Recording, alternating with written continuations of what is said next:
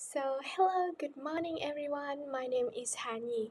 Did you know that in some Vietnam rural areas, up to 24% of children under 15 years old drop out school to participate in labor, according to Teach for Vietnam. So that is a serious problem that need to be addressed. So today I want to talk about the case study of Teach for Vietnam, an organization striving to transform educations in rural areas. So let's see the table of contents. There are four main parts: introductions, stakeholder analysis, problem analysis, and conclusions.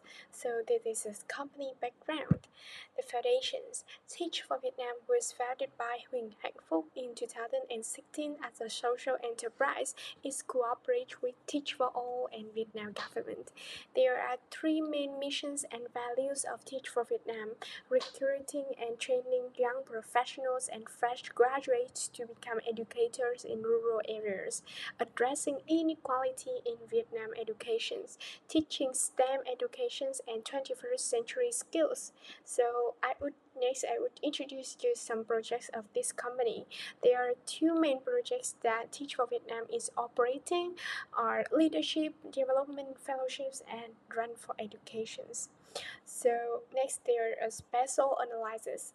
Every company is affected by six factors: political, economic, social, technological, legal, and environmental. Teach for Vietnam is the same depending on the donor and government funding, and is especially affected by the government policies and education budget allocations. And the lack of public awareness about education also affects the company.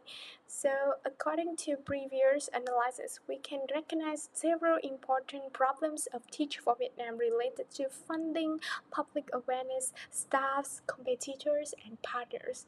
And I would choose one problem that I think it greatly affects the company: lack of brand awareness. So the underlying reasons I choose are: firstly, a small group of supporters and donors will lead to the limitations in both economy and human resources of Teach for Vietnam. And secondly, it's also difficult to form partnerships with schools or local government. And finally, it's also challenge the company in educational impact expansions. So there is a list of internal and external stakeholders related to the lack of brand awareness problem, and I have arranged all of them into a quadrant stakeholder map to define their influence and interest in the company problem. So we can clearly see that the donors and sponsors are the key stakeholders that play an essential role in the problem lack of brand awareness. But you might ask the reason why? So because a not-to-profit enterprise needs to build a good reputation to raise funds, their donors who directly donate to the organizations evaluate its credibility and are the most important stakeholders that determine the reputations of the company. So to have a deeper insight of the stakeholder, I would use some tools to analyze this.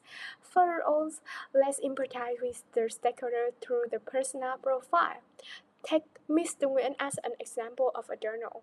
He is 40 and is a CEO of a beverage company. He has two sons, make 2 billion Vietnam dong per year, and he loves children so much and enjoy volunteering.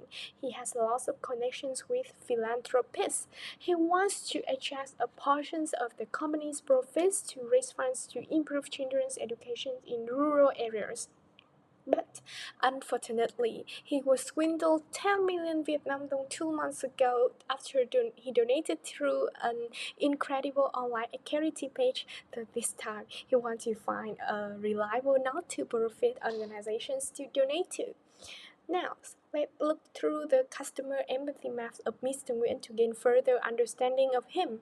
So you can see that the most apparent and challenge of Mr. Nguyen is how to find a reliable company and is worried about the transparency of the company after one time being swindled. However, his son saying and seeing the difficulties that children in rural areas are facing have become the largest motivations for him to find another organizations, and he has done lots of research or not-to-profit organizations and unintentionally saw a clip from Run for Education's participant on TikTok. So, after having more understanding of the donors, I would analyze the problems that they are facing. Their uncertainty about the Teach for Vietnam missions and worried about the transparency. They also uncertainty about the fund allocations, have a fear of scams and lack of time, and face the economic downturn. And I also categorize them into a priority matrix to identify the most important and urgent problem. So, according to the table, we can see that the most urgent and important problem is concerns about the transparency, which we are going to analyze in the next slides. So, in this analysis part, I will use two five-wise analysis. The problem is Donald's concerns about the Teach for Vietnam transparency. Why? Because Donald's are unclear about the fund allocations. Why? Because Donald don't know how efficiently their money is used. Why? Because Teach for Vietnam fails to demonstrate clearly that donations are used with meaningful purposes. Why? Because Teach for Vietnam lacks clear and detailed regular financial statement for donors to review and stay updated, and is also the root cause.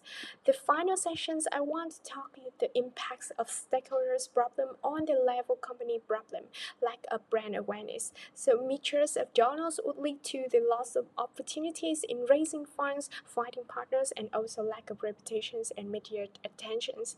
And with the help of the design thinking step 1 and 2, we can analyze different stakeholders and identify the key stakeholders, difficulties, and root causes. So, thank you for listening. Goodbye.